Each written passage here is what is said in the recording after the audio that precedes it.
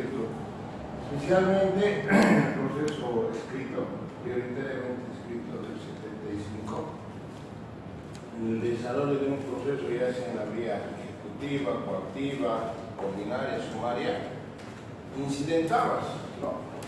Uno de los incidentes más conocidos, obviamente, es el incidente de nulidad. Medir la nulidad, que se retrotraiga. Pero ayer, por ejemplo, vimos cómo desde una medida cautelar, ¿no?, puedes también tú solicitar la modificación de esa cautelar mediante un trámite incidental, ¿o no? O sea, los incidentes son una herramienta muy importante. A ver, es una diligencia preparatoria de exhibición de documentos o de reconocimiento de firmas, ¿no? Puedes también incidentar, puedes a través de un incidente pedir se modifique, se amplíe, se mejore, se deje sin efecto. Realmente la aplicación procesal, si quieres, de un incidente es infinita. Quizá por eso también el legislador le ha puesto límites. Si usted revisa bien el trámite incidental, tiene muchos candados. Por ejemplo, pregunta, ¿qué es el incidente? Es toda cuestión accesoria al proceso. Primer elemento, es toda cuestión accesoria al proceso. Cuando dice toda cuestión accesoria, debemos entender el objeto de la ley. Por ejemplo, en la usucapión, el proceso como tal está circunscrito a adquirir el derecho propietario de un predio. Ahora, todo lo que se discuta alrededor de eso es acceso. Bueno, en una demanda de reivindicación de la restitución del bien, todo lo que sea accesorio es incidente. Las excusas, las recusas, las tercerías, ¿qué son? Incidentes. Me pongo a pensar, la exención de costas y costos, ¿se acuerdan? La exención de costas y costos está identificado en nuestro código como proceso preliminar, ¿no? Pero yo les he dicho, y está así en la ley, la exención de costas y costos se la puede tramitar como proceso preliminar, eso quiere decir antes de plantear la demanda o dentro de la demanda, como en el caso de los comerciantes, ¿se acuerdan?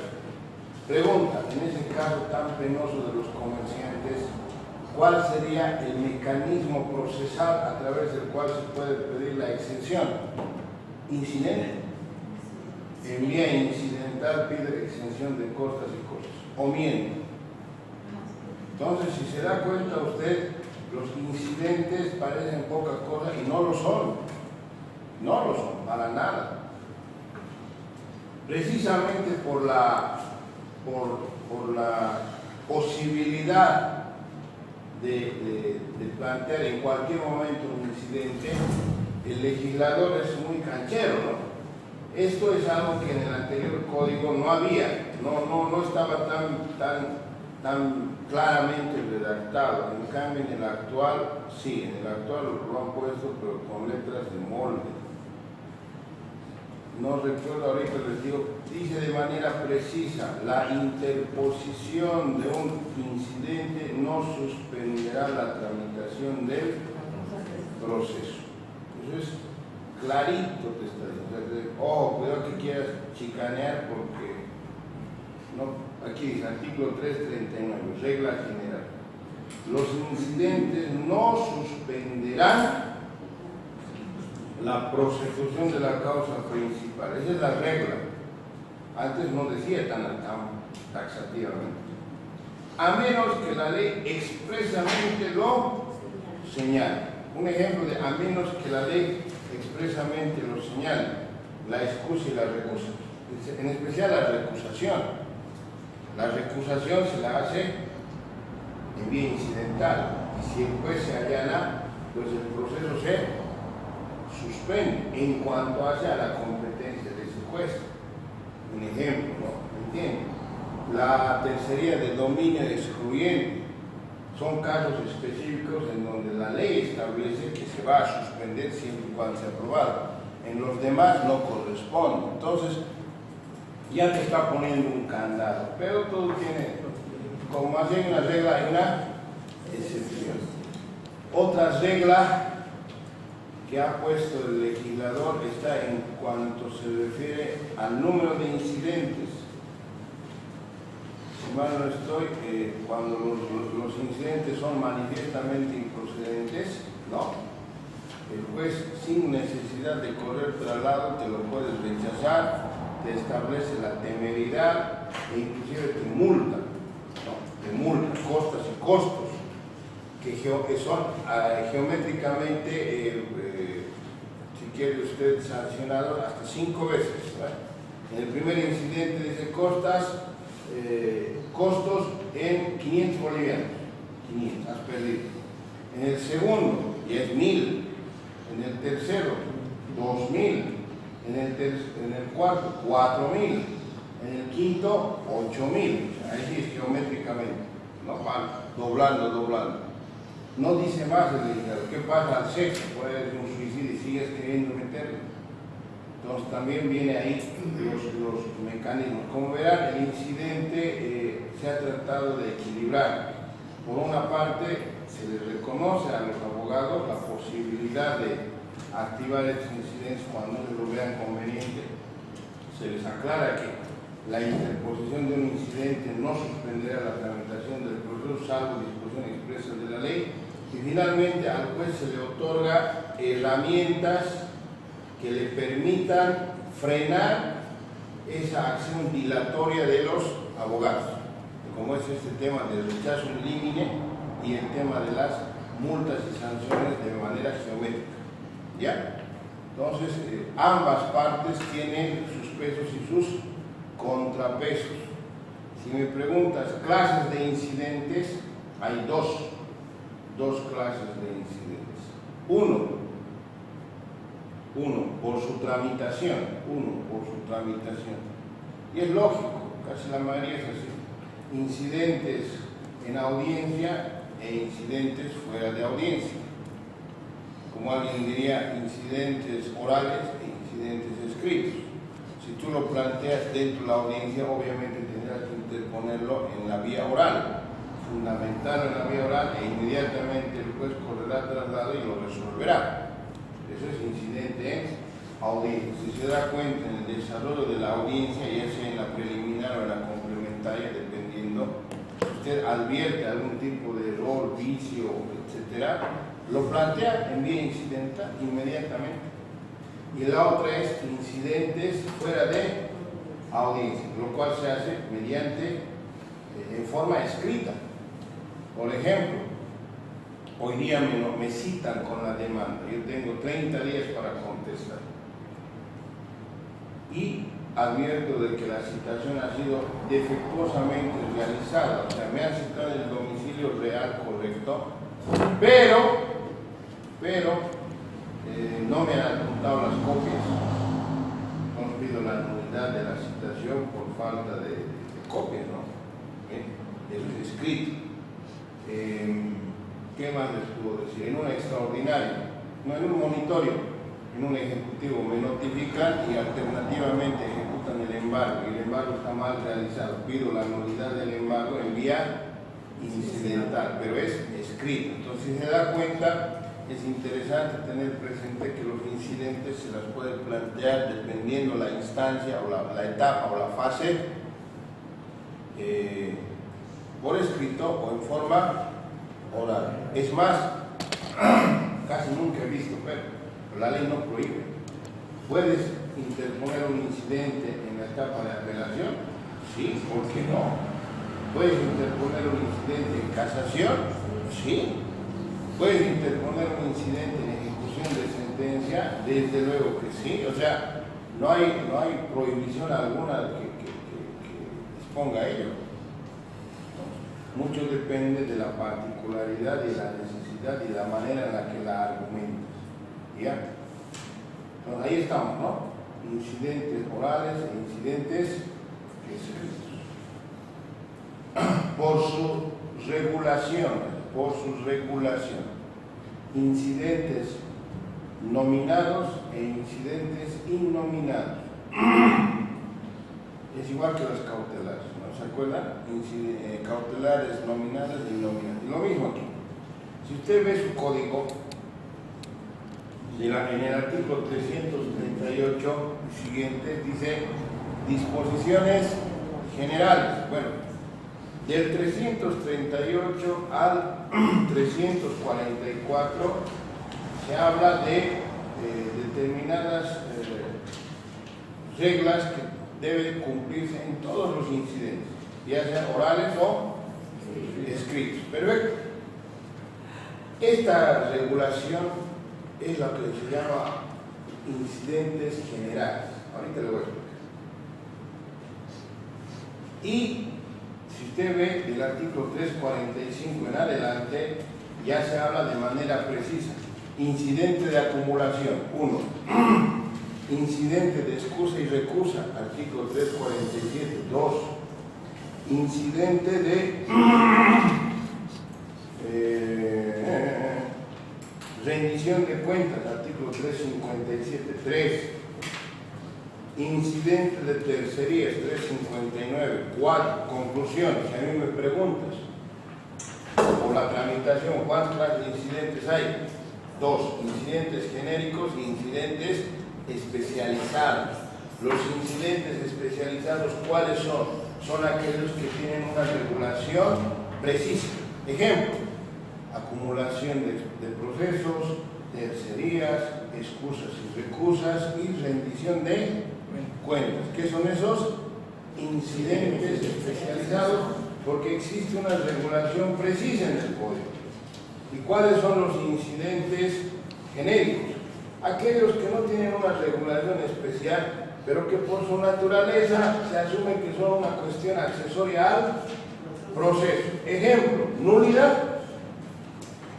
La nulidad es un acto procesal que permite al juez retrotraer el proceso en caso de evidenciarse una errónea aplicación de la norma adjetiva.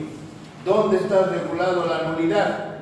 En el artículo 105 y siguientes, revisen en su código, del artículo 105, 106 al 109, ahí están las características de las nulidades. La pregunta es, ¿cómo diablos se la tramita? En vía incidental, ya sea oral o escrito. Ese es un claro ejemplo de incidente genérico.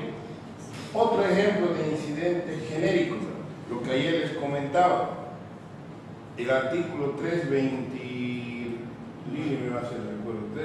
o 322 dice la posibilidad de modificar una cautelar, ¿de acuerdo? Bueno, esa modificación, ya sea para agravar o para disminuir, ¿cómo se la tramita? En vía incidental. ¿Dónde están regulados los incidentes genéricos? Del artículo 338 en adelante. ¿Me ha comprendido? Entonces usted, tal vez sin darse cuenta, lo que está haciendo muchas veces es activar incidentes genéricos y algunas veces incidentes específicos o especiales. ¿Me ha entendido? ¿Se está entendiendo? ¿Sí? ¿Qué capa?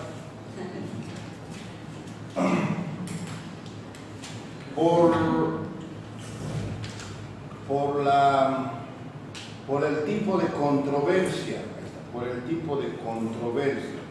todo esto hay que poner en el libro, no tengo acá, bueno, por el tipo de controversia, puede también haber incidentes de hecho e incidentes de derecho.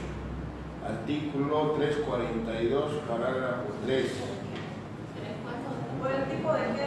Por el tipo de controversia. Claro. Es que dependiendo qué estás impugnando, qué pretendes. 342 y siguiente. Ahí está en el parágrafo 3. Hay incidentes de hecho y hay incidentes de derecho. ¿Me comprenden? ¿Cuál es la diferencia? A ver ustedes cuántos, ¿quién me dice? Ya pues. ¿Cuándo hay un incidente de hecho y cuándo hay un incidente de derecho?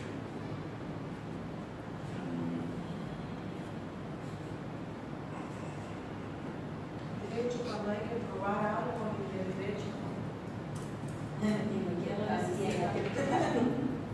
Les he dicho que vayan a misa.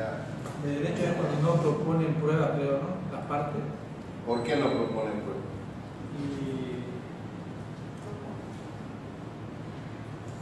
Se invocaría solamente en base al derecho y no hubiera la necesidad de ofrecer prueba. ¿Por qué? El incidente de derecho podría ser cuando, por ejemplo, alguna norma legal no se ha podido dar la debida observancia y de hecho cuando las partes hubieran accionado alguna actitud que se estaría yendo a reclamar para parar tal vez algunas acciones que toman las partes. Esa es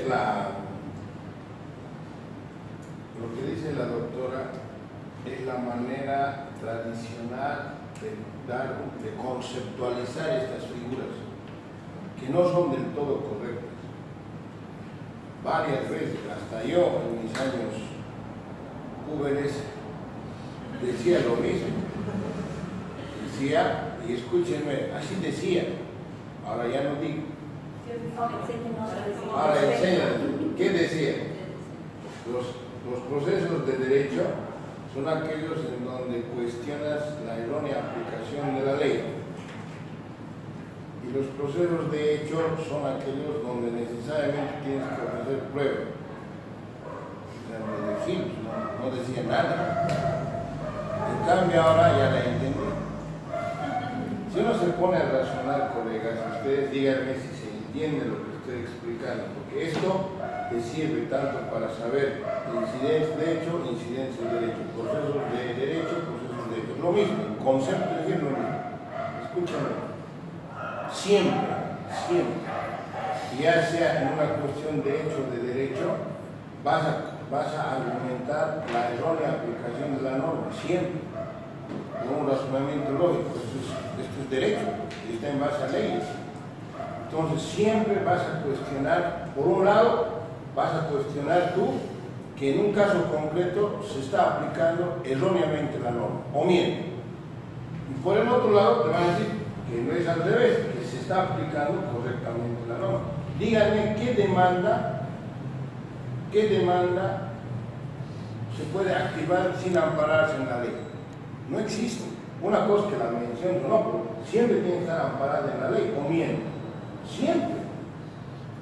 Vos puedes decir, discúlpeme, demando la nulidad del contrato de venta porque el señor no es dueño, no podía vender esa casa. Y este pendejo lo ha vendido. Listo, ya, has expuesto los hechos. Puede ser que no menciones el derecho, pero el juez ya de por sí se da cuenta, este chango está demandando por objeto ilícito. ¿Por qué objeto ilícito? Porque el titular no podía disponer de ese bien, por lo tanto no era dueño, era objeto ilícito. ¿Me comprende? Señor juez, están mis papeles, yo soy dueño de la casa, pero este tigre se ha entrado sin que yo le dé permiso y ahora no quiere salir. Entonces, yo creo que si yo soy dueño, merezco que la ley me ampare, la justicia me ampare, lo saquen a patatas de este tigre y yo vuelvo a recuperar mi casa. No mencionas el artículo, pero el juez sobreentiende de que estás demandando reivindicación, derecho de persecución. ¿Me dejo entender? Todas las demandas siempre se amparan en derecho, siempre.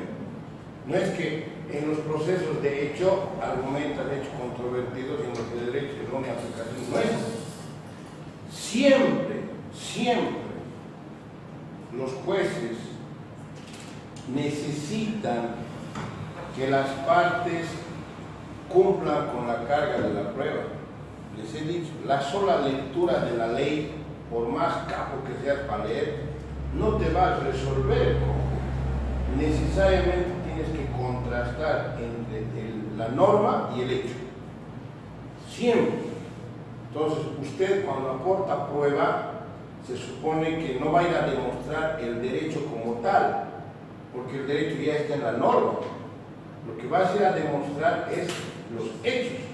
No sé si me estés dejando entender. Entonces, ¿cuál es la diferencia en realidad? cuándo es de hecho y cuándo es de derecho. Se considera un proceso de derecho, un incidente de derecho, ¿me entienden?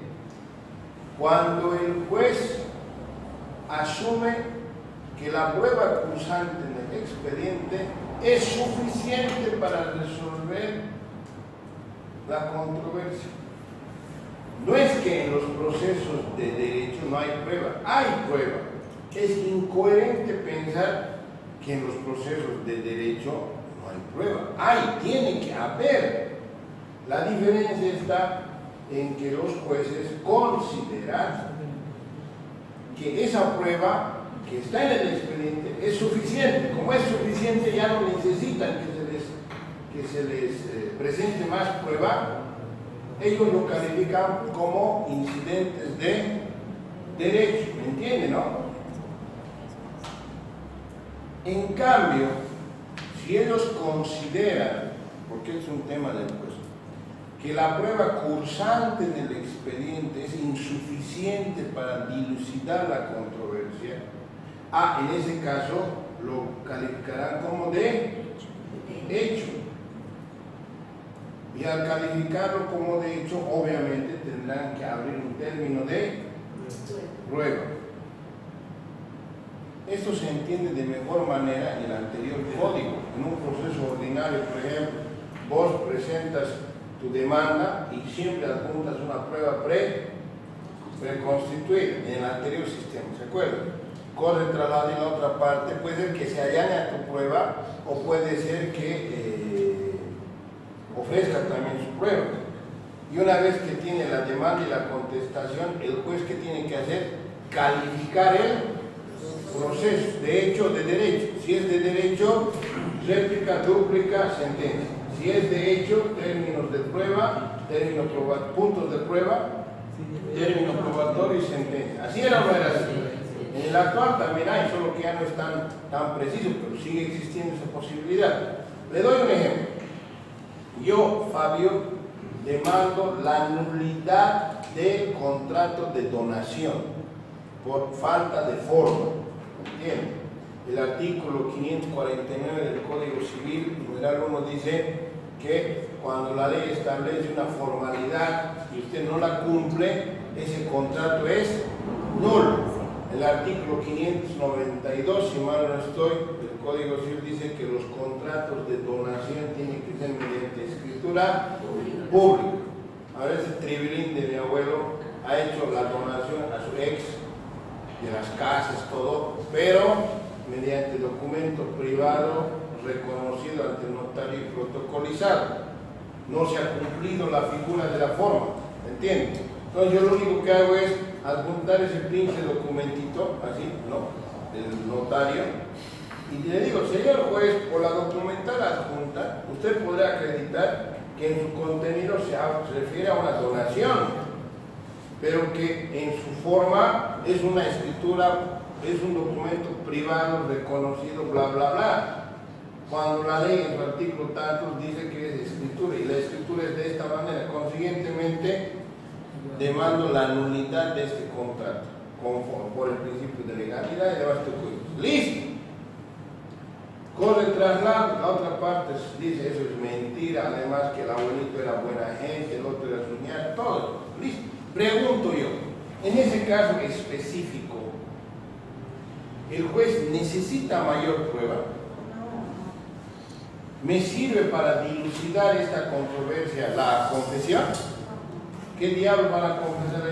Testificar, inspección judicial, nada. Este es un claro ejemplo de cómo el juez en ese caso específico va a declarar el proceso como de derecho.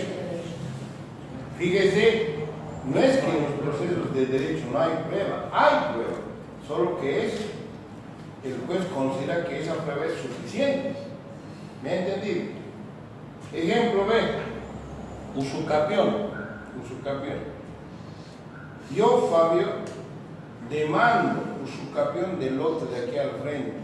Presento copias, ¿no? Presento fotografías, presento un informe, una certificación de de la junta vecinal, de que yo estoy viviendo ahí más de 20 años, los impuestos, recibos de luz, agua, todo eso. Corre traslado. La otra parte se allana, ¿se entiende? Se allana la otra parte. Dice, sí, es evidente, nosotros hemos abandonado el celote y el pobrecito de Fabio esas veces se ha entrado y bueno, mira, ¿qué vamos a hacer? Si la ley dice, se allana, reconoce mi derecho. Claro, a primera vista, porque este tigre, ¿no? Que es el club del Fabio, se ha allanado probado. Nel, el juez, pese al allanamiento de la parte demandada, imperativamente, dado las características de la usucapión, tiene que señalar término probatorio y hay una prueba indispensable que ningún juez puede omitir en una usucapión. ¿Cuál es? La inspección judicial. Es incoherente que en un proceso de usucapión la autoridad judicial no disponga la inspección, aunque de oficio, porque es la única manera de corroborar de alguna manera si realmente hay o no hay fraude, ¿me entienden? En ese caso específico, si se da cuenta, lo va a calificar el proceso como de hecho o miento, lo va a calificar. ¿Pero por qué? Si hay prueba, es que considera que la prueba cursante es insuficiente. Esa es la diferencia. Ahora me han entendido. Eso es, así se sabe diferenciar entre de hecho y de derecho. A ver, han embargado mi vagoneta, modelo 2019, full, así de unos $35.000, roja, bella. Lo han embargado mi vagoneta. Entonces yo lo que hago es en vía incidental solicitar que se modifique esa medida, ¿no? Para ello, lo único que hago es voy, reviso el expediente y me remito a los datos del expediente. ¿Me entienden? Digo, conforme se acredita por el 25, su autoridad dispuso el embargo y tal, de la movilidad, tal. Al respecto, advierte a usted, señor juez, que esto. Mire, le estoy amparando mi incidente en la prueba cursante en el expediente, ¿no? Corre traslado, responde. Ahora, la otra parte puede ser que ofrezca prueba, pero ahí yo como director del proceso de hermano, con lo que ya se ha mencionado, con lo que está en el expediente, es suficiente. ¿Qué tipo de incidente va a ser? De derecho. Y listo, dicto resolución. Opción B. Los argumentos expuestos por las partes no son suficientes. Necesito que la prueba que han aportado se produzca. ¿Qué tipo de incidente va a ser? De hecho, y voy a tener que abrir audiencia, señalamiento de audiencia para la producción de la prueba. Como verá, no en todos los incidentes se produce prueba, solo en los incidentes de hecho, y en los de derecho no es necesario, es directo. ¿Me ha entendido? Entonces, ahí viene lo básico entre de hecho y de derecho. Cuando te dicen las demandas contenciosas administrativas se tramitan como procesos ordinarios de puro derecho, no significa que no vas a aportar prueba, significa que con el primer escrito tienes que meter toda la carne al asador, porque después ya no vas a poder presentar más prueba. Es siempre, todos los procesos tiene que haber. ¿Alguna duda? No. Facilito, ¿no? Buenas noches. Entonces, a donde quiero llegar es a lo siguiente. Los incidentes son herramientas que cada uno de ustedes tiene que saber manejarlas porque les puede generar grandes beneficios. Grandes beneficios, depende cómo lo sepa plantear. Hay hasta ahorita, yo he identificado 3 clases de incidentes, ya saben, por su regulación, por su tramitación y por la tipo de controversia. ¿Estamos? Los incidentes no suspenden la tramitación del proceso. Los incidentes se recurren en efecto devolutivo, no claro, es lógico si dice que no se suspende, es devolutivo. Bien, a continuación lo que vamos a hacer es mencionar los incidentes nominados. 1. Incidente de acumulación. Incidente de acumulación. Esto no había antes. Manacaña, Anil Kitty, no había, ¿ya? No había, aquí atento que es el señor Álvaro de Barcelona, que trabaja en la administración pública. ¿Ustedes saben lo que dijo ahorita? Guaraní. A ver. Pero no lo sé. El nivel ¿Ustedes? Solo sé que el profesor es o promueva, eso significa profesor. ¿Que la aprueba? O promueva. Ah, que le aprueba. Teacher. Pero tenemos que tener un nivel de concentración. ¿Un qué? El nivel de concentración. No, en Sucre, a ver, según la ley de lenguas, en la gobernación, al menos allá en Sucre, aquí yo no sé cómo está, esos certificados que dan los institutos ya no te hacen valer. La única institución válida para certificar un idioma originario es el Instituto de Lenguas Originarias. Y allá te convocan y en forma verbal, ¿cómo estás? ¿Qué cuentas? ¿Cuándo has paseado? Y tienes que hacer la conversación y te certifican desde La Paz. Allá necesariamente la gobernación se ha puesto, y es un grande, se ha puesto rígida. Entonces, de entrada, ¿quieres trabajar a contrato con ITEM? Nada, venga, conversemos, charlaremos. En el órgano judicial, gracias a Dios, no hay esa rigidez, porque te soy honesto, es una ley que, como ahora estarán viendo, el mismo vicepresidente la están pasando bien. Pero a partir del ministro de Salud y el ministro de Educación ha dicho, yo no sé, estoy aprendiendo, pero yo no sé. Ahora dijeron que lo han hecho bien. Pero aún así, es bien difícil. Hay veces no es culpa de uno. Es que no todo uno puede decir yo sé escribir en idioma originario y no sé hablar. Maestro Maripelo, no sabe hablar. No, pero es complicado.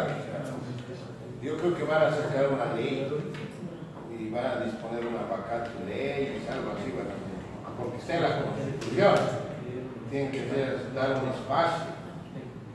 Hay lugares donde no se habla idiomas originarios. En Villazón, yo que soy de ahí, hasta antes de la llegada de Evo Morales, hablar que hermana, este niño, que tu padre, te discriminaban los cabros. Entonces, era una vergüenza hablar un idioma. Ahora recién, ya gusta que ya lo sabes, imaginaria, guadalera. Antes, entonces en Villazón, nadie, como los tarijeños, cero. Pero eso está cambiando, ¿no? Bueno, acumulación, ¿no? Incidente de acumulación. Yo sé que ustedes anoche han leído como 10 veces esa parte del código. Entonces, ¿para qué voy a explicar? Esto, lo único que yo les sugiero es bien preciso. Dice, artículo 345, parágrafo 2, numeral 2. De ahí voy a empezar. Porque en el parágrafo 2 están los requisitos. ¿Cuándo puedes acumular los procesos? Eso sí. Dice, los procesos deben encontrarse en primera instancia y deben estar antes de pronunciar sentencia. Eso es clave para mí. A ver, ¿cómo les puedo explicar? En la Suprema aplicamos esto por si acaso. Aplicamos, les voy a contar el significado. A ver, esto funciona de la siguiente manera. La acumulación de procesos tiene su fundamento ¿en qué? Correcto, muy bien. En economía procesal, celeridad. ¿Por qué? Porque de manera insulsa vas a tramitar 2 o 3 demandas de una forma paralela cuando tranquilamente puedes tramitarlo en uno solo. Ahora, aquí viene un tema, ¿no? Razonamiento, sin leer el código. Se sobreentiende que si tú quieres acumular procesos, mínimamente tiene que haber conexitud entre ellos. No vas a acumular naranjas con locotos, como jala. Tienen que ser morrones o pimentones, deben llamar ustedes con locotos, ya más o menos, ¿no? Ahora, si son locotos con locoto, mejor. Entonces, eso es algo lógico, tiene que haber una conexitud en cuanto se refiere a la controversia, a los sujetos procesales, a las partes y obviamente a la competencia del juez. No puede ser que aquí tengas una demanda familiar, ¿no?, entre el Chavo del 8 y la Chilindrina, y aquí una demanda de nulidad de contrato entre el Chavo del 8 y la Chilindrina. Ah, mira, son las mismas partes, no jala porque es competencia civil y es competencia familiar. Entonces, si tú lees este artículo, es muy difícil, pero no imposible, que se llegue a acumular los procesos. Pero está ahí, me comprenden, está ahí. En la Suprema, ustedes conocen mejor que yo, gracias a la ley 620, ¿no?, la ley de transición de los contenciosos administrativos vigentes el 31 de diciembre del 2014, ahora se han constituido las salas especializadas en tribunales de primera instancia. Un proceso contencioso administrativo. ¿Cuándo se activa?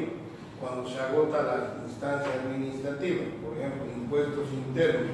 La compañía aquí, Sofía tiene un humilde karaoke aquí al lado de los compañeros. Tiene su humilde karaoke. No, ustedes imaginen, la boca atrás, la boca atrás. En Loboret tienen dos karaoke. Dos pinches karaoke de $20,000 cada uno. ¿Ya? Entonces tiene sus karaoke y comete el error de no atenderle bien a un impuesto interno. Entonces viene impuesto interno, te fiscaliza y te multa. Resolución determinativa. Contra esa decisión administrativa le tira el recurso de alzada ante la ARIT, pierdes. Probablemente el recurso jerárquico ante la AJIT, pierdes. Finalmente, dos opciones: o haces plan de pagos o le metes contencioso administrativo. ¿No? Y le metes contencioso administrativo. Como la resolución jerárquica es emitida por la autoridad nacional, se la debe tramitar ante la Suprema de Sucre. Entonces, planteas tu demanda contenciosa administrativa ante una de las salas especializadas de Sucre. Está, contencioso administrativo. Demandas la nulidad. Fíjense, la ley dice que los contenciosos administrativos se tramitan en la vía ordinaria, como si fueran ordinarios, pero de puro derecho.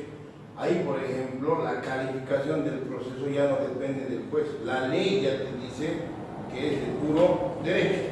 ¿Ya? Entonces, ¿tú contra quién estás demandando? A la AJIT. ¿Me entiendes? ¿No? Le estás demandando a la AJIT. Pero tienes que identificar al tercero interesado. ¿Quién sería el tercero interesado? Sería el juez interno de Loboret. Ellos son los terceros interesados. ¿Hasta ahí estamos? Presenta la demanda, admite la demanda, corre el traslado y se está tramitando. Lo que tú no sabías es que Impuestos Internos de Loboret también ha demandado contencioso administrativo a la AJIT y tú eres tercera interesada. ¿Me comprendes? Entonces, ahí nos damos cuenta. Han sido dos procesos diferentes. Mira, la Sofía le está metiendo a la AJIT y el de Loboret le está metiendo también a la AJIT. Entonces, ¿para qué vas a tramitar de forma separada? Lo acumularemos. Y así hemos hecho. O sea, de oficio hemos acumulado, porque aquí dice claramente, ¿cómo está? De oficio hemos hecho porque aquí dice la ley eso. Puedes acumularlo a solicitud de parte o de oficio, pero en ese caso específico se dará cuenta que sí se cumplen los requisitos. Hay solicitud de objeto, causa, acción, competencia, sujeto, etc. Y punto. ¿Me entendí? Entonces, en una sola resolución vamos a resolver las dos controversias. Ahora, no sé, no he visto hasta ahorita un ejemplo en los tribunales ordinarios, en el tribunal departamental, tal vez ustedes conocen. Por ahí se me ocurre la cooperativa San Lázaro de Santa Cruz quiebra y los 750 socios le demandan ejecutivos, ¿no? Restitución de DPF, todo. Ahí se podría dar. Lilia le mete un ejecutivo, Sofía otro ejecutivo, el compañero Ariel otro ejecutivo, son 3 ejecutivos contra la misma institución, radicados ante el mismo juez. ¿Podría darse la acumulación? Sí, podría darse para garantizar el principio de concentración. En el caso de la resolución de líneas, que es más que Así en la vía administrativa, polígonos. pero ese es administrativo, ¿no? El saneamiento. Ese más es judicial. Pero fíjese usted, si usted en algún momento quiere pedir la acumulación, lo primero es ver si cumple los requisitos del artículo 345.2 y lo segundo, tramitarlo en la vía incidental. ¿Entendido? Más que comentarios podemos hacer a esto. No sé, qué bonito que esté en el código, pero después en cuanto a su utilidad práctica es mínima, es muy poquito lo que se puede materializar en cuanto a eso. ¿Ya? ¿Alguna duda? Nada. ¿Qué campos son realmente? Creo que hasta las 2 no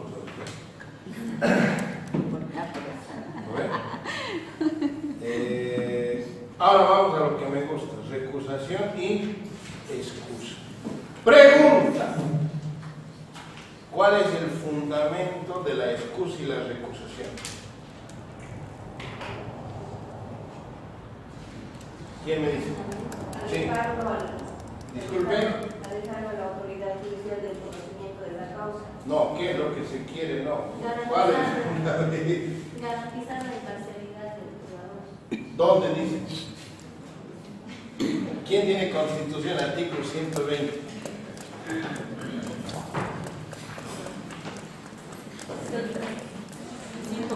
Sí, el 119 que le sigue. Aquí dice, ¿lo leo? No, porque lo Ya toda persona tiene derecho a ser oída por una autoridad jurisdiccional competente, independiente e imparcial. Listo. Yo les sugiero, yo sé, estoy segurísimo, viéndoles a ustedes realmente color, que por lo menos han debido leer unas 20 veces la Constitución y que manejan aquí la Constitución. Imagínense un Estado plurinacional de derecho donde estamos, la supremacía, tienen que conocer la Constitución. ¿Cómo se pueden animar a ejercer el derecho si no conocen la Constitución? Entonces sé que conocen. Y por eso sé también que cuando yo hablo qué diablos es el juez natural, ustedes me dicen, muy bien. Como ella ha dicho claramente, el juez natural no es sino un ideal, ¿no? El juez natural es un ideal de autoridad judicial. Es lo que todos queremos que sean. El juez natural es un conjunto de características, es un conjunto de requisitos que todos los jueces deben cumplir. Y ahí falta la pregunta del millón. ¿Y cuáles son esas pinches características? Y ahí la compañera me dice, pero doctor, lea el 120, no se afloja. 120. Sí. El 120 es la expresión constitucional de lo que es un juez natural. Entonces, cuando tú dices, tengo derecho a un juez natural, los de la manada, queremos un juez natural, ¿qué te están diciendo? Queremos que el juez cumpla lo que está en el 120. ¿Y cuáles son esas características? Que sea un juez competente, imparcial, ¿qué más? Independiente. Ahora aquí viene un tema. La Constitución establece cómo tienen que ser los jueces, ¿no? No solo de los jueces, cómo tienen que ser los policías, cómo tienen que ser los servidores públicos, todo dice, ¿no? Y ya el Estado tiene la obligación de generar mecanismos que garanticen eso. La pregunta del millón es, ¿cómo puedes tú garantizar la imparcialidad del juez? Fácil. A través de la excusa y la recusa. Entonces, la excusa y la recusa tienen raíz constitucional.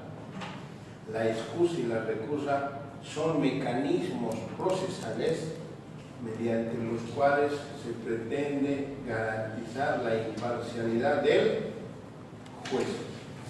La excusa y la recusa, como se habrán dado cuenta, estimados colegas, tienen raíz constitucional, no son cualquier pinche incidente. ¿Me han entendido? La excusa se dice que es un trámite y la recusa un incidente. Algunos dicen así, yo no estoy de acuerdo, porque la excusa es una obligación, ¿no ven? ¿Qué es la excusa? Es cuando el juez de oficio se aleja del proceso, amparado en una de las causales. ¿Y qué es la recusa? Es cuando las partes le piden al juez que se aleje por una de las causales. La excusa y la recusa no proceden por decisión unilateral del juez. Ojo, no es que el juez porque le da la gana se va a alejar, no funciona así. Necesariamente la excusa y la recusa deben estar fundadas en una causal establecida en la ley. ¿Me ha comprendido? Si no se acomoda a una de las causales, si no se subsume a una de las causales, si no se acredita una de las causales, por más que quiera el señato, no se mueve del proceso. Entonces, la razón por la cual ustedes, y sé que así lo han hecho, conocen de memoria, bueno, no de memoria, pero saben cuáles son las causales, es porque ustedes saben, si no se acomoda una de ellas, mejor ni le recusan, solamente van a perjudicar. ¿Ya? Entonces, hoy en día hay un sinfín de causales. En la ley 025 hay causales de excusa y recurso. En el Código Procesal Penal hay causales. En el Código Procesal Constitucional hay causales. En el Procesal Civil hay causales. O sea, cada materia ahora tiene sus causales. Por un principio de jerarquía normativa y por un principio de especialidad, deducimos que en materia civil las únicas causales que debemos aplicar son las del Código Procesal Civil. No sé si ustedes han tenido el tiempito de comparar las causales, no son las mismas. Por ejemplo, en materia civil se considera que la enemistad con el abogado es causal de excusa. Pero en materia penal y familia no es así, porque se ha asumido el criterio de que el abogado no es parte del proceso, pero aquí se considera como una causal. A ver si ustedes me acompañan. 347 dice. A ver, ¿quién me lo lee, por favor? El numeral cuarto. No, desde el 1, una reparada. 347, numeral 1. El parentesco o relación conyugal de la autoridad judicial con alguna de las partes, sus abogados. Ahí está. O relación conyugal con alguna de las partes, abogados o mandatarios. Fíjese, aquí se ha ampliado. En Sucre, por ejemplo, había un caso, ahora ya no, donde ella era vocal. Han debido saber, famoso, ya 20 años. Él era vocal y su esposo era abogado libre. ¿Me entiendes? Él era vocal y su esposo abogado libre.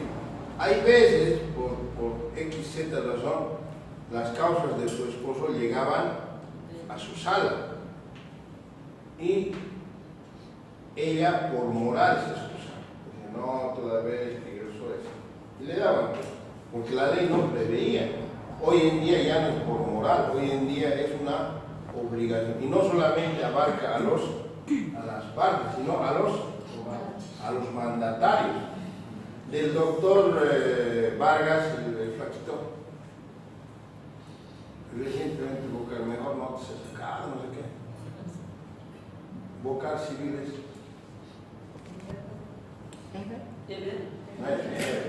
Hay otro. Un Vargas, Darwin. Darwin es vocal. La Choquevire es su esposa. Es abogada libre. Si llega como mandataria a su sala, excusa. No se excusa, de cajón recusa. Pero en penal eso no pasaría. ¿Me han entendido? lo han ampliado. Dos.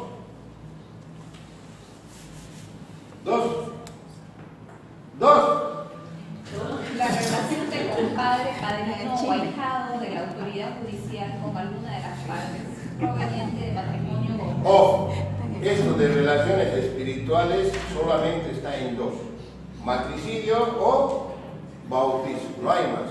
Cuidado, padrino de promoción, padrino de anillo, padrino de medalla, no. Hay veces hasta de tipa y no ve. Tipa ya llaman la plata, lo que le ponen. ¿No ve? No, aquí solo bautizo o matrimonio. ahora también allá hay matrimonio, misa y salud y chaya. ¿Cómo? ¿Qué hay? Acá no saben ¿Qué hay? Pero allá chala son los matrimonios, 3 días. Aquí nomás un día. ¿Sabes? Aquí. Que una noche. Allá hay. Claro, o sea, sábado religioso, padrino religioso, paga conjunto, todo, regalín, siempre el padrino de matrimonio regala cama. Un juego, claro, si para el lunes necesitas para la chaya. Claro, ahí le sale, nunca te casó. Me he casado, pero no se acostumbra a eso. Oh, chal, para los 25 años, señor. Lo vamos a invitar Voy a a todos. casar allá. Lindo. Llegan con su cocina, llegan con su ropero, hasta con auto llegan. En provincia, sobre. Con lote llegan. Hay la famosa team, ¿qué se llama? Tipa. Tipa, ¿no? Cinta. No te cuesta arrancar. Conocido. Agarras esas cintas de 2 centímetros, ¿sí no ves? Le pones 3.000 bolivianos, 2.000, dependiendo. Conocidos son los matrimonios del interior, no los de acá. Claro. Porque los de allá llegan con sus cocinas, entonces aquí llegan con sus así. Aquí son los novios los que Acá no lo van. retrato.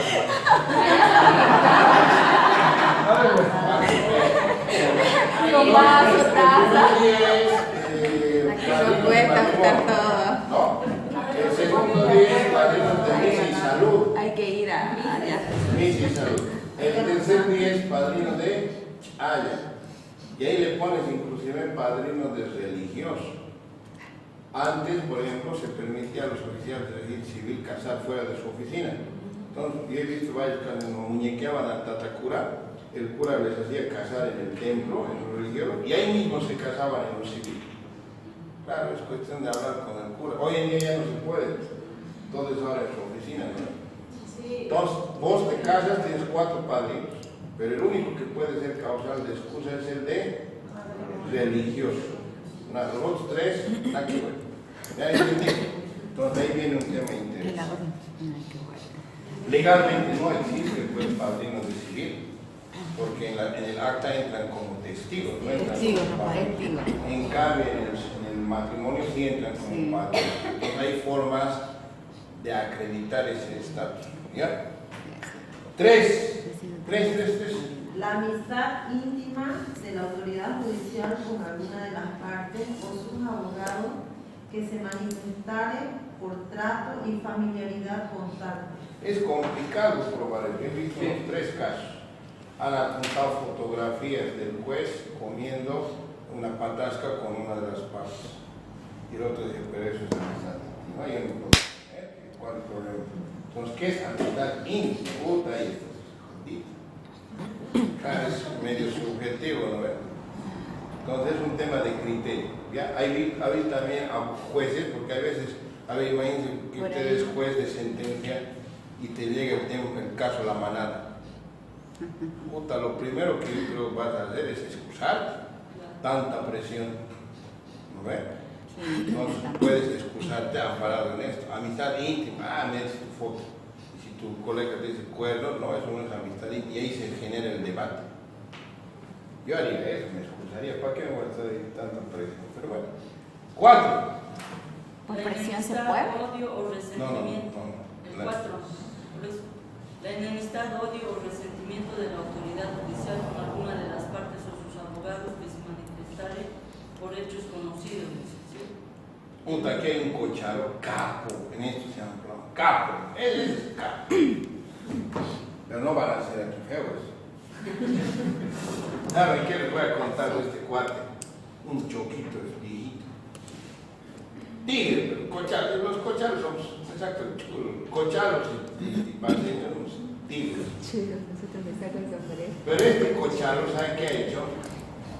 Les ha iniciado proceso penal y procesos disciplinarios a toditos los jueces. A toditos. Yo sé que no están grabando, entonces aquí no van a hacer eso. A toditos. Él les ha iniciado procesos penales. Bien.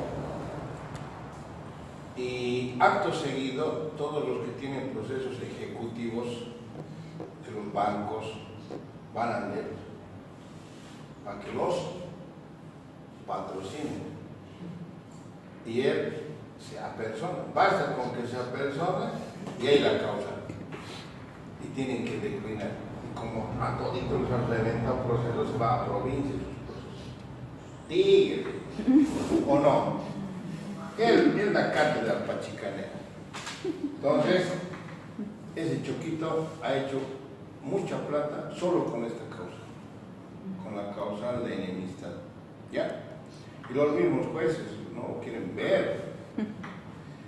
5. La condición de la autoridad judicial de acreedor, deudor o garante de alguna de las partes, excepto de las entidades bancarias y financieras. Eso sobre el excepto. 6. La existencia de un litigio pendiente de la autoridad judicial con alguna de las partes, siempre que no hubiere sido promovido expresamente para inhabilitar al juzgador.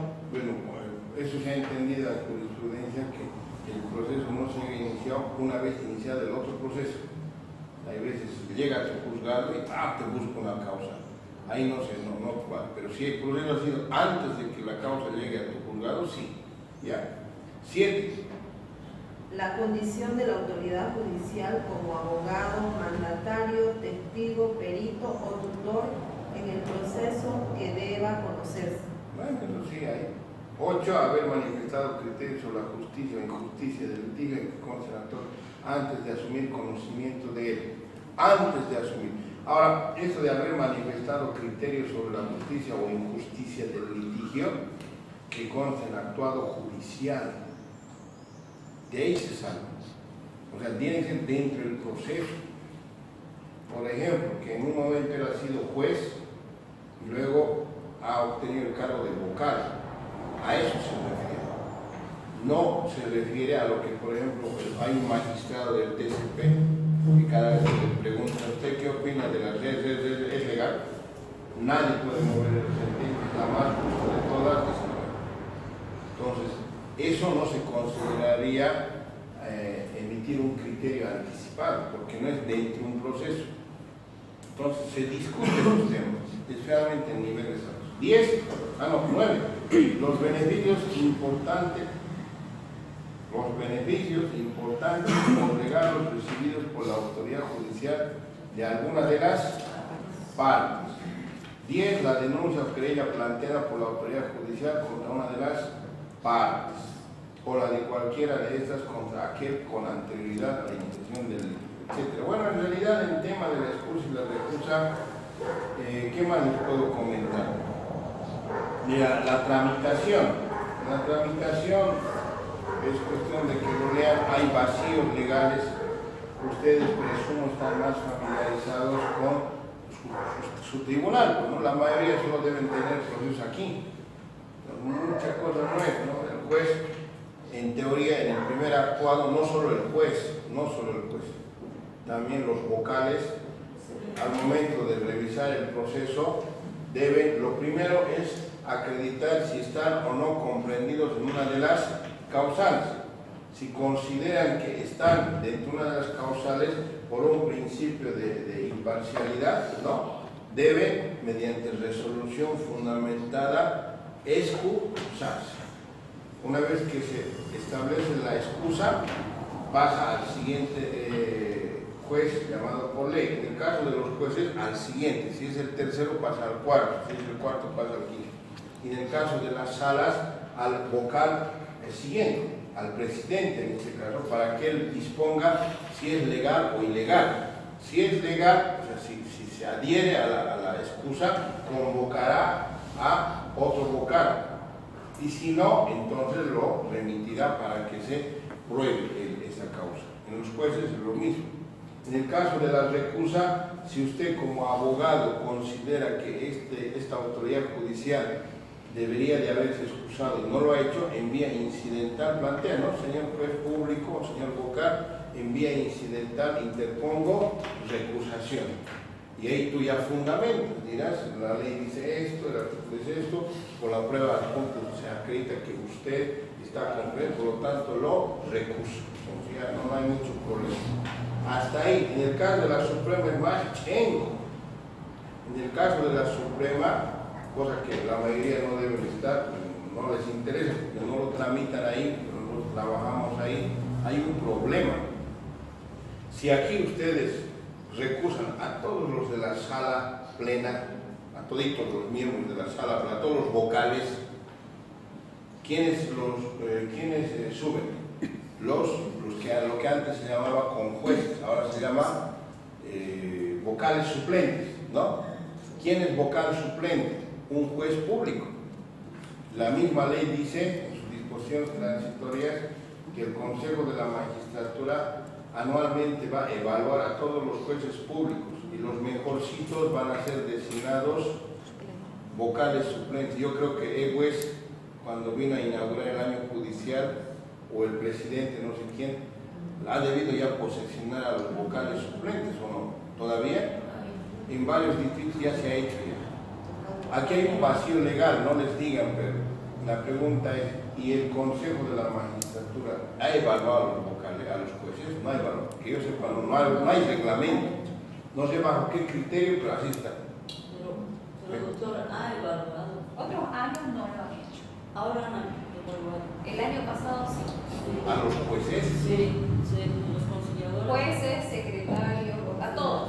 ¿Y cómo los ha evaluado el juez? Nos han tomado pruebas, creo, no sé. Sí. Yo sabes por qué. Con secretarios fueron. Con secretarios, auxiliares y oficiales. Sí, ¿sabes Los por jueces qué? no. No. ¿Sabes por qué no como por jueces? Porque con el Michel pensamos lo mismo. El Valencia, cuando estaba en el TCP, ¿lo conoces el Valencia? No. Osvaldo Valencia. No lo conozco. Nada, gordito. Nada. Un anillo tiene. Con todos los detalles. No más. Nada. No. Nada, sí. Su bufete tiene. No. ¿Quién es su mujer?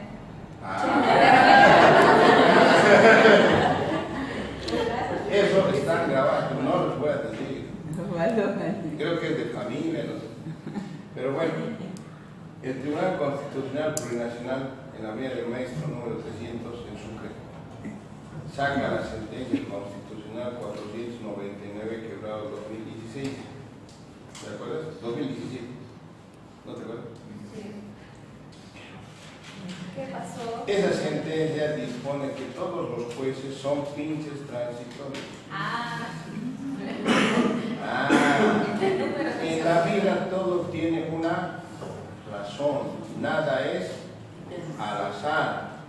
Te hacen creer que es suerte. Mentira. Si todos los pinches jueces son transitorios, se están quedando porque los vocales, porque quieren que se queden, ¿me entienden? Jueces, pero. Entonces, a medida que van saliendo de la escuela de jueces, los van cambiando, ¿me entienden? Ahorita, si los consejeros les da la gana de tirarlos a los 14 cautelares, los sacan, porque esa sentencia dice así. En el caso de Alexander, los tres afuera, proceso disciplinario. ¿Para qué vas a meter disciplina cuando los puedes destituir? ¿Me estás entendiendo? Muy bien, qué cabrón. Bajo ese razonamiento no los puedo evaluar. ¿Cómo puedo evaluar a pinches transitorios? Los evalúo y ya les estoy reconociendo que son de carrera. Entonces, no soy tan gil como para evaluar jueces. No me conviene, no a los eventuales, a los transitorios.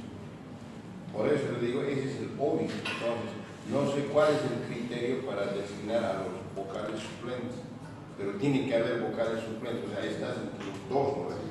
Tienes que tener vocales suplentes, pero no puedes evaluar. ¿Cómo los designo? Bonita la autoridad. Ahora es falta. En el caso de la Suprema es más chévere. Disculpe que lo corte, pero yo tenía entendido que habían ido a dar examen para vocales suplentes. No. Para vocales. Para vocales, no les causa. O sea, cada abogado lo llamaron y fueron con todos sus libros de acuerdo al avance. Algo han de poner, pero ahí, porque Michelle es tigre. ¿Sabe qué, doctor? Dijo la presidenta del tribunal de aquí de Santa Cruz en la rendición de cuentas que solo se han elegido a 3 que se han posesionado y a los demás no, porque tenían, No, esos son vocales. porque tenían, los otros tenían cargos, sentencias, denuncias. No, pero esos son vocales. Es que ustedes no están dando bola a las noticias. Entre los cuales El año pasado, en el mes de julio, a las 3 de la tarde, ha salido una convocatoria para 79 cargos de vocales. ¿Ya? En el mes de diciembre han remitido las nóminas al Tribunal Supremo de Justicia para designar 79 vocales. 79. 29 acefalías y 40 vocalías nuevas. Antes de las vacaciones, en sala plena, solo han decidido designar acefalías, no cargos nuevos. Por ejemplo, aquí el doctor Egues, ¿no? Tenía que, no es que él designa, pero en su distrito creo que tenía que designar, por decirte, 8 vocales, solo se ha designado 3. Son acefalías. En Sucre tenía que designarse 6, solo se designa 1, acefalía. Falta por designar 40 todavía. Pero va a salir. Ahora, el argumento, no, ahí es el cerrado, esos son los ordinarios. ¿Estamos? Aparte, hay otra convocatoria que todavía no ha concluido, se ha quedado en etapa de entrevista, se ha hablado de los vocales constitucionales. Ahí está el valor. Entonces, eso es otra tongada. Aquí va a haber 2 salas más, ¿no? Aparte, o sea, ¿cuántos vocales hay? 14. No son 14, más son aquí. Más son 20, algo que son altos aquí. A eso se van a aumentar 6 más, creo. Con todo su... Ya deben tener aquí sus salas en el Palacio de la Justicia. Debe haber. O alquilarán otro espacio, no sé. El tema es, eso es aparte. ¿Me están entendiendo? Esos son vocales. Pero aparte de los vocales, hay los vocales suplentes. Ahora, para ser vocal suplente, lo que antes eran los conjueces, ¿no ve? Eran abogados libres que iban. Ahora ya no son abogados libres, son los mismos jueces públicos. Según la ley, los mejores jueces públicos. Pero para que sean mejores o peores, tienen que evaluar. Y ahí viene el tema. Si tú evalúas a un transitorio, ya le estarías ratificando en alguna medida que ya no es transitorio, salvo que le pongas alguna cosita en el reglamento. Entonces ahí viene el tema. En el caso del personal de apoyo, mucho miedo no le tengo, porque la misma ley 025 les da periodicidad. Entonces ahí ya nunca son pues definitivos como antes. Son 2 años afuera. ¿Bien? ¿Alguna duda? Ya. En el caso de la Suprema es más chenco la excusa y la recusa. Es que no les voy a explicar, pero léanlo. Es que hay un vacío en el caso de la Suprema. La ley dice en materia civil que si tú recusas a un magistrado, quien tendría que suplirle es el siguiente de la lista. ¿Se acuerdan? El siguiente, o sea, en el caso de aquí, por ejemplo, el doctor Egues, ¿no? Si lo recusas y se allana, sube Choquevir. Si a Choquevir le dicen chao, el otro. Y el otro, ¿qué se llama eso? Suplencia vertical, ¿no? Y es un chenco. Pagarse los aviones que vayan allá, que vengan, muchos problemas.